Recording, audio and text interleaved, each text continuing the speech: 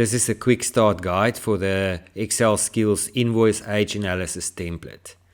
The age analysis template can be used to compile an age analysis from any invoice listing based on any user-defined customer statement date.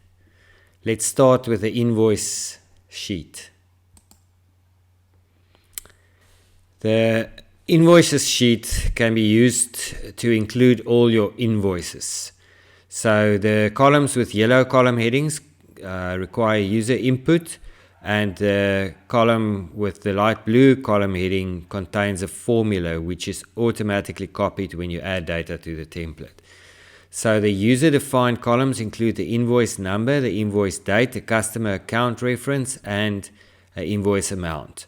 So the invoice dates will be can be entered in the same format as your regional date settings, and the customer account reference, you can basically use any customer account referencing, whatever you're currently using. So let's go to the aging sheet. So the aging sheet, the only user input that's required on this sheet is entering a statement date at the top of the sheet. All the cells with light blue cell backgrounds contain formulas and are therefore automatically calculated. So if the customer cell is blank, then the aging is compiled for all customers.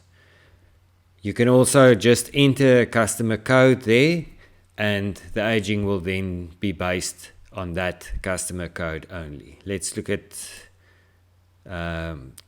any customer. Let's say CUS1. So we're going to say CUS1 here, and as you can see, this aging now only includes that customer.